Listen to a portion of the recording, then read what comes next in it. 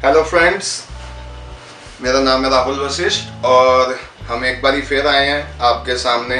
स्कूबर्स channel ने हमें एक और मौका दिया और हमें फिर एक चांस दिया है कि हम आपके साथ अपना कुछ और एक्सपीरियंस शेयर करें। आपने जिन्होंने भी हमारा लास्ट वीडियो देखा, हमें आपने बहुत सपोर्ट दिया, बहुत मोटिवेट किया। बहुत से लोगों के कॉल्स आए, not just for of customers, मेरे पास बहुत से ऐसे लोगों के फ़ोन आए जो इस ब्रीडिंग के अंदर पहले काफ़ी कुछ करना चाहते थे या जिन्होंने बहुत कुछ अकॉम्प्लिश किया और उन्होंने अब वो ब्रीडिंग नहीं करते। ऐसे कुछ लोगों के भी कॉल्स आए और बहुत सारे कमेंट्स आए, आपके सजेशंस आए। तो उन सबको कंसीडर करते हुए एक आप सभी के लिए खुशखबरी है, जो हमारे अप्रिशिएटर्स हैं या जिनको डॉग्स के बारे में नई नई जानकारी जानने का शौक़ रहता है, चाहे वो डॉग्स रखते हैं या नहीं रखते, ये सबके लिए है। ये अपने इंटरेस्ट की एक बात होती है। तो उनके लिए हमको स्कूबर्स चैनल ने, कार्तिक भैया ने भी हमें बोला कि आप सर इस चीज़ में आगे जाइए और आप अपना एक चैनल बनाइए। तो उनके सपोर्ट के साथ हम अपना एक नया चैनल भी बना रहे हैं अभी। उसकी भी डिटेल्स हम आपको डाल देंगे इसी के अंदर, डिस्क्रिप्शन के अंदर, कि उस चैनल का क्या लिंक है। बाकी रिगार्डिंग के वो चैनल जो है वो बेसिकली हर एक डे टू डे केयर और ब्रीडिंग, डॉग्स की रिप्रोडक्शन प्रॉब्लम्स, इन सब चीज़ों को लेके रिलेटेड होगा। क्या फीड करना चाहिए, ये सब चीज़ें नॉर्मल चीज़ें हैं, लेकिन हम उसके अंदर अपना एक्सपीरियंस शेयर करेंगे कि हमने क्या फील किया है, क्या चीज़ें लैक करती हैं, क्यों अच्छे रिजल्ट्स ब्रीडिंग में नहीं मिलते, सही प्रोसीजर क्या है ब्रीडिंग करने का, क्या ब्रीडिंग सबके लिए है या नहीं है, क्या आपको डॉग ब्रीडिंग करनी चाहिए या नहीं करनी चाहिए, किन कंडीशंस के तहत, अगर आपके पास कौन सी रिसोर्सेज ऐसी हैं जो आपके पास होनी चाहिए डॉग ब्रीडिंग आगे कंटिन्यू करने के लिए। और कुछ हम उसके अंदर अपने डेली फन फैक्ट्स भी डालेंगे, अपने डॉग्स के साथ हम कैसे एंजॉय करते हैं। तो उस चैनल की भी आपको सारी जानकारी मिल जाएगी स्कूबर्स के थ्रू ही। और बाकी हम आज की वीडियो पे आते हैं, जो हमने आज एक ब्रीफ हम आपको बात करूंगा मैं आपसे भी, आज कुछ बातें हम करेंगे जिसके अंदर पहली चीज़ है कि जो बहुत ज़्यादा टॉपिक हमसे पूछा जाता है या मेरे को कॉल आते हैं कि सर हम, या कुछ भाई जी, सर जी हमें बताओ सर, हम ब्रीड करना चाहते हैं या हम ऐसे करना चाहते हैं, वैसे करना चाहते हैं। तो मैं उसके बारे में कुछ बात करूंगा आज कि डॉग ब्रीडिंग आखिर है क्या, व्हाट इज़ डॉग ब्रीडिंग। तो क्यों स्टार्ट हुई डॉग ब्रीडिंग से, क्या उसके रीज़न थे, वाकई में डॉग ब्रीडिंग के लिए क्या क्या चीज़ें आपके पास होनी चाहिए, क्या आपके हाथ में है और क्या आपके हाथ में नहीं है। सबसे पहली चीज़ क्या है, देखिए, डॉग ब्रीड करने की सबसे पहली रिक्वायरमेंट फॉर गुड रिजल्ट्स है कि आपके अंदर डॉग के लिए बहुत पैशन होना चाहिए। फर्स्ट चीज़ यही है कि आपके अंदर आप एक बहुत डॉग लविंग, केयरिंग पर्सन होने चाहिए, जिसको ऑलरेडी डॉग्स के बारे में काफ़ी कुछ पता हो, as a experience of owning a dog. Okay, तो जिन लोगों ने कभी डॉग नहीं रखा और वो ये सोचते हैं कि सर हम डॉग इसलिए रखना चाहते हैं बिकॉज हम बिजनेस करना चाहते हैं, हम उस बारे में ब्रीड करना चाहते हैं, तो उनको एक बारी फिर से ये चीज़ सोचने की ज़रूरत है कि क्योंकि ये प्रोसीजर जो डॉग ब्रीडर, एक पेट ओनर से लेके और एक सक्सेसफुल डॉग ब्रीडर बनने का जो पूरा सफ़र है, ये छोटा सफ़र नहीं है, इसमें कोई शॉर्टकट्स नहीं है। ठीक है, आपको सबसे पहली रिक्वायरमेंट है, you should have experience of owning a dog. Experience भी एक चीज़ होती है, हैविंग अ गुड एक्सपीरियंस में बोलूँगा। गुड एक्सपीरियंस से कहने का मेरा मतलब है कि आपने जो डॉग पाला, उस डॉग को आपने कितने अच्छी तरह रखा, आप उसकी कितनी अच्छी तरह केयर कर पाए, कितना अच्छा ट्रेनेबल है, वो ट्रेंड है, किस ब्रीड या नॉन ब्रीड के साथ आपका एक्सपीरियंस रहा है। उसके बाद जो चीज़ें आती हैं, पहली चीज़ आप एक डॉग लवर हैं, सभी लोग यही बोलते हैं कि हाँ जी हमें डॉग का शौक है, हम डॉग लवर हैं। सेकंड चीज़ आती है कि आपके पास कैसी रिसोर्सेज हैं। डॉग ब्रीडिंग कोई बहुत मतलब सस्ता काम नहीं है, और कोई शॉर्ट चीज़, ये ऐसा काम नहीं है कि ये इस तरह का कोई इंडस्ट्री नहीं है कि आपने कोई एक मशीन खरीद ली और आप उसमें से एक प्रोडक्शन आपको मिलेगा ही मिलेगा या वो गारंटेड है। तो इसके अंदर आपको जो चीज़ें चाहिए, आपको टाइम, पेशेंस चाहिए, आपको डिटर्मिनेशन चाहिए, आपको पेशेंस चाहिए इन द मैटर कि ज़रूरी नहीं है कि आप 2 साल 1.5 साल एक फीमेल पे या एक डॉग पे मेहनत करेंगे तो वो डॉग आपको रिजल्ट देगा ही देगा।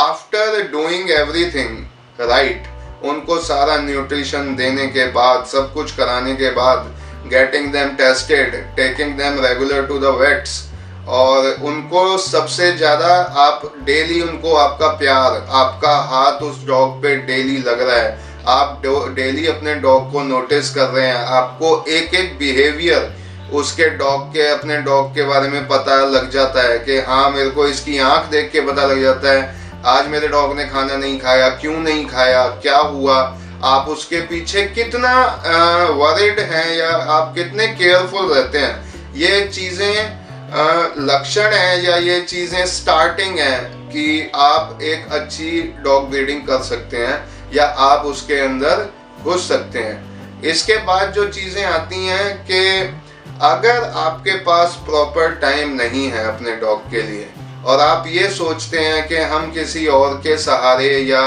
हम किसी और को डॉग देकर या हम पैसा लगा देंगे और हम ब्रीडिंग कर लेंगे या हम सक्सेसफुल हो जाएंगे, तो आपसे मेरा हाथ जोड़ के निवेदन है भैया बिल्कुल ब्रीडिंग मत करना, इतना पैसा मत लगाओ।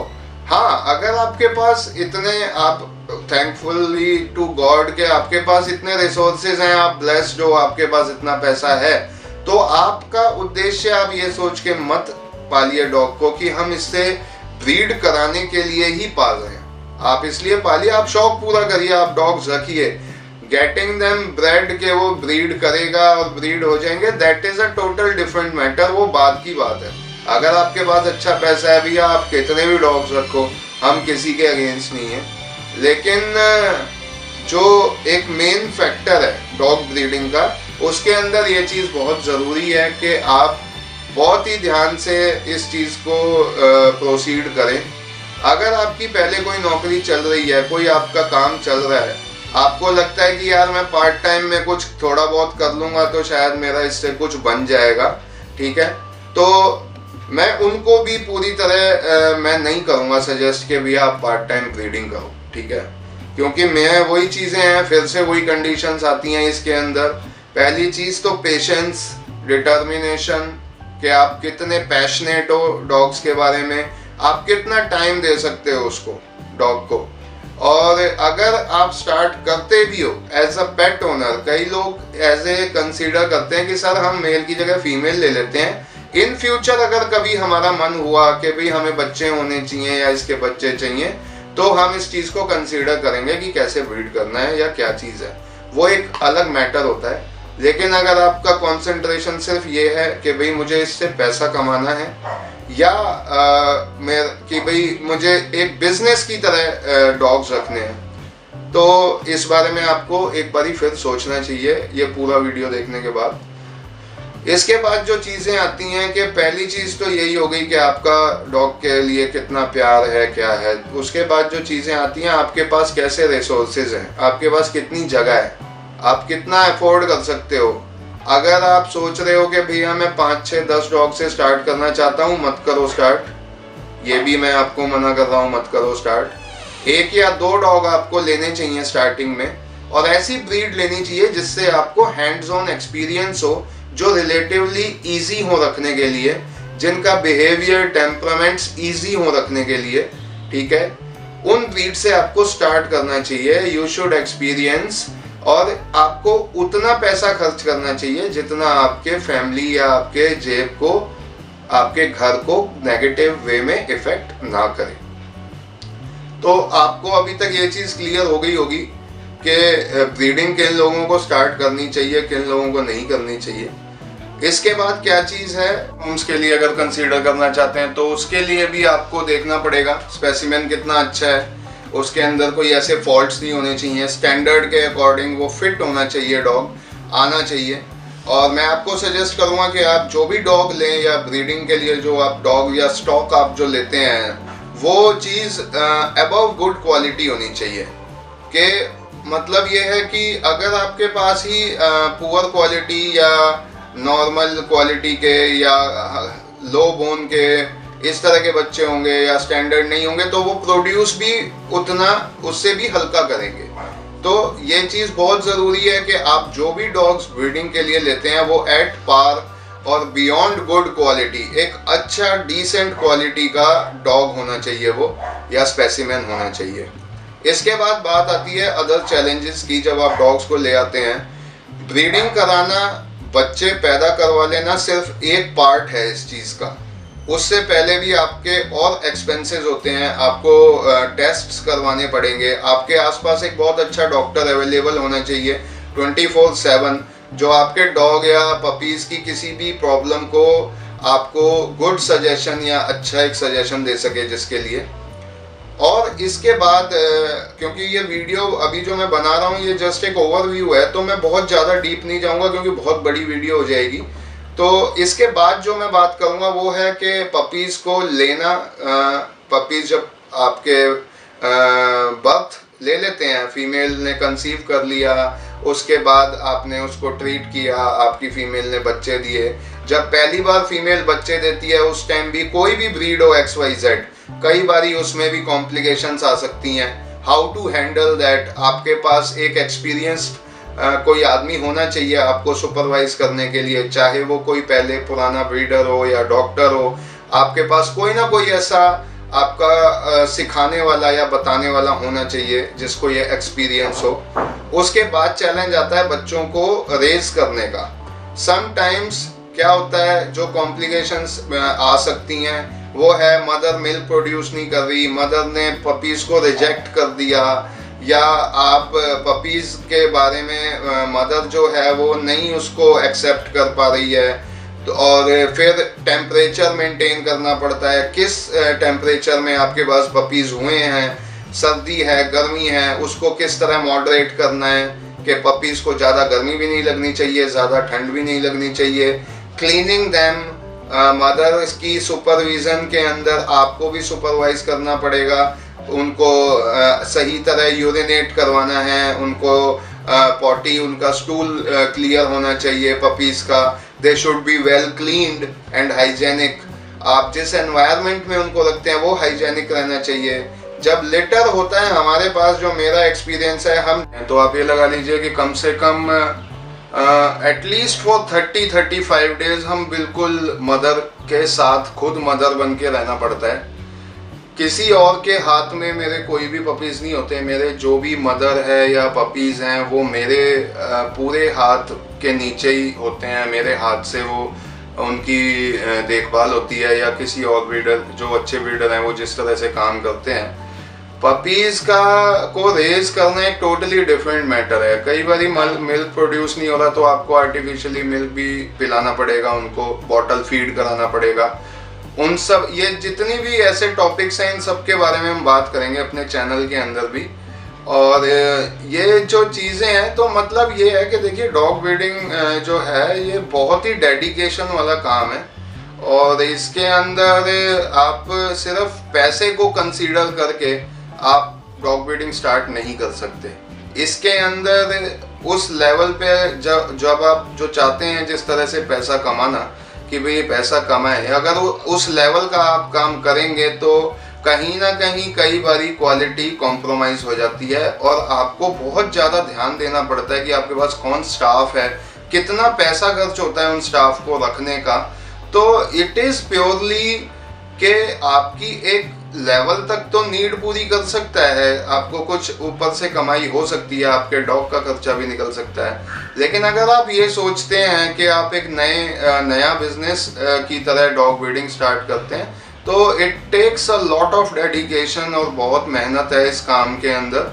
और रिजल्ट्स जो हैं वो कितने टाइम में आपको मिलेंगे आप नहीं कह सकते। इसके अंदर ऊपर वाले का भी बहुत हाथ है, लक का बहुत हाथ होता है, डॉग्स की हेल्थ का तो हाथ है ही जो आप चीज़ें करेंगे उसके बाद भी। लेकिन कई बार ऐसा होता है कि आपको रिजल्ट्स नहीं मिलते। तो आप टोटली कभी भी, मैं किसी को ये नहीं कहूँगा कि आप सिर्फ डॉग ब्रीडिंग पे डिपेंडेंट हो जाइए, आप और कुछ मत करिए। लेकिन तो ये था एक ब्रीफ कि आपको किस तरह का बिजनेस है ये, ठीक है। इसके अंदर काफ़ी पेशेंस और टाइम की ज़रूरत है, तो ये कोई रेगुलर इनकम का काम नहीं है। तो इसके बारे में जो भी डिसीजन आप लेना चाहते हैं बहुत सोच समझ के लीजिएगा।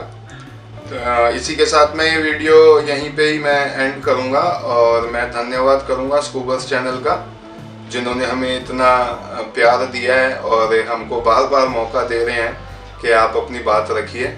और हमारे नए चैनल की जो भी जानकारी है वो हम आपको डिस्क्रिप्शन बॉक्स में डाल देंगे कार्तिक भैया। धन्यवाद हम सभी को टाइम देने के लिए और हमारा ये वीडियो देखने के लिए और हमारे जो व्यूज़ हैं उनको सुनने के लिए। धन्यवाद।